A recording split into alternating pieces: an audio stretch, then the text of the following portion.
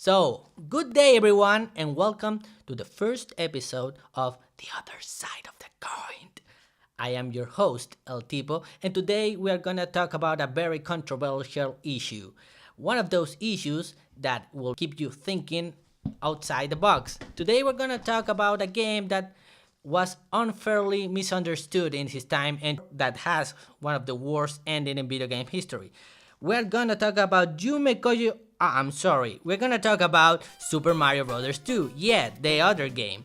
Well, Super Mario Bros. 2 is very interesting because of one particular thing. It is indeed a dream.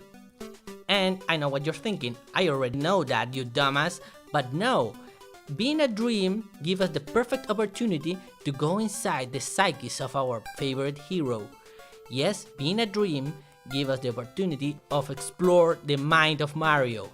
And that it is what we are gonna do today. Today we're going to analyze the context, the enemies, the situation, and everything that make this game the perfect prequel to Super Mario Bros. 3. The context. This game is very particular from any game in the series. For a start, this game has 4 playable characters. We have first Mario, of course, no surprise in there. Then Luigi, no surprise there either. I mean, both of them were in Super Mario Bros. 1. But let's analyze the third character. Yes, Toad. I know what you're thinking. In the last few games, Toad is a little bit of a jerk. It's that character that no one's want to play. But Toad is really a tough guy. Let us think a little bit about this. I mean, Toad was capable of pass through every level that Mario passed and went to the end of the castle without fighting Bowser. I mean, I don't know you guys, but Toad is tough. I haven't beat every single level without the warp pipes. I mean, Jesus, he must hide something really mysterious under his hat. And then there is our last character, the princess. Yes, I know, she's a bitch, but really, the princess, this is interesting. That shows us that Mario, even when he can rescue the princess over and over and over again, he would prefer not to do it. I mean, the princess is very kidnappable, a new word for your vocabulary. But Mario, even when you are up to the challenge, you will wish that that bitch didn't get caught so many times. And yes, we understand you. And the whole situation of the game is really new because you have this first time where you are not rescuing anyone. In fact, you are invading. Yes, this game talks about an invasion of a whole new territory that it's probably a preventive situation for a future war. But what's more important, shows us that Mario, it's a man of action. He don't take that diplomatic bullshit seriously. The enemies.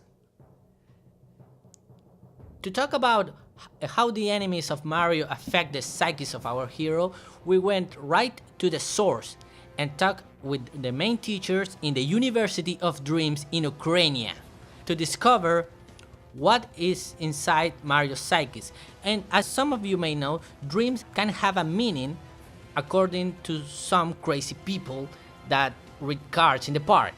So let us start. First of all is one iconic enemy of Super Mario Bros. 2. It's called Shy Guy. We all know Shy Guy, and with his white mask and his attitude, talk us a little bit about the psyches of Mario. His unconfidence, how Mario, even when he's a hero and can beat giant dinosaurs in the desert or in the space, it's actually very shy about his feelings. He's a man with a lot of stress, and some of the things interesting is when Shy Guy has an autobomb, this reflects conflicts, opposition, controversy, danger, showing that our hero feels these things as an everyday topic. When Shy Guy is portrayed as Biso, the flight enemy, it shows us how he feels that his society with his partners is breaking down and how he has multiple problems and fights, not only with them but with himself. Albatos, showing that he has friends and relatives that are in danger and they will be in danger. Ninja, one of the other iconic characters in the game, it portrays an enemy that's very, very dangerous if you analyze it well. It's like Bowser, even when he was defeated in Super Mario Bros. 1, is still out there and not even dead can stop him. Ostro talk about how there is a part of Mario that lives in a fantasy world of denial, but also talk about how he is looking for justice and truth, how a man of Brooklyn can imagine all these crazy things of a fantasy world, how much that tells you about that personality.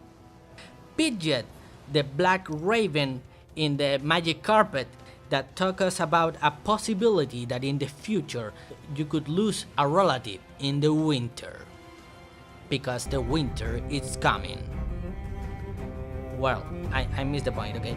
And then there is Pookie, a big green cactus that shows us that Mario feels invasion and this need of self-defense, of protect himself, of adapt to a situation instead of try to change it. The bosses. First of all, we got Glowgrip, this big red crab that haunts Mario in his dreams. Is related with love and relationships, and warns our hero about a long and hard relationship. You know, as like your girlfriend is gonna be kidnapped over and over and over again, but you're still gonna love her, and we are just in the second game. That, my friends, is a little peek to the future. Fry Guy, this big fire face thing that talk about the lack of control of emotions and the problems that our hero has, giving solutions to these problems, and how Mario tends to solve everything in one only way, with violence. Dude, you have to chill out. Then we got Mouser, that talks really of a lot of things. This big badass mouse. It shows the parts of Mario about the fears, the aggressiveness, bad luck, unbalanced feelings, but also talk about how Mario will defeat his enemies by killing them. Yes, literally in the University of Dream tell us that killing a mouse talk about how you will defeat your enemies only by killing them. No bullshitting talking here. Then there is this interesting enemy, Triclide. Triclide itself, it doesn't have a meaning in the University of Dreams, but talk about the three parts in the head of Mario, really. The left head of Triclide talk about the planning part, how Mario is an cold calculator who can think and not jump right into action without thinking. The middle head that talks about the dreaming part, the wonder part of Mario, and how he tends to accept this entire world coming from Brooklyn. Now, that's pretty interesting, really. And the right head, that is the critic head, the head that always tells Mario, is this worth it? Passing through all those 8 levels in the first game, am I doing the right thing? And of course, we've got Ward. Wait, I'm sorry, we've got Birdo. According to the professor in the University of Dreams, he told us, what the heck was a Birdo? And you know what? I don't know. If you are capable of think of a bird that puke eggs from his face, then you have a problem, man. You have a big imagination, and I don't know what the heck is a Birdo. Well, move on.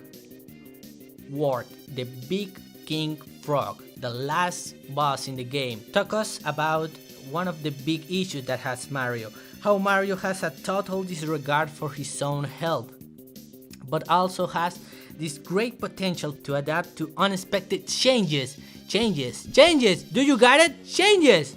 And how he is in the middle of a huge transformation.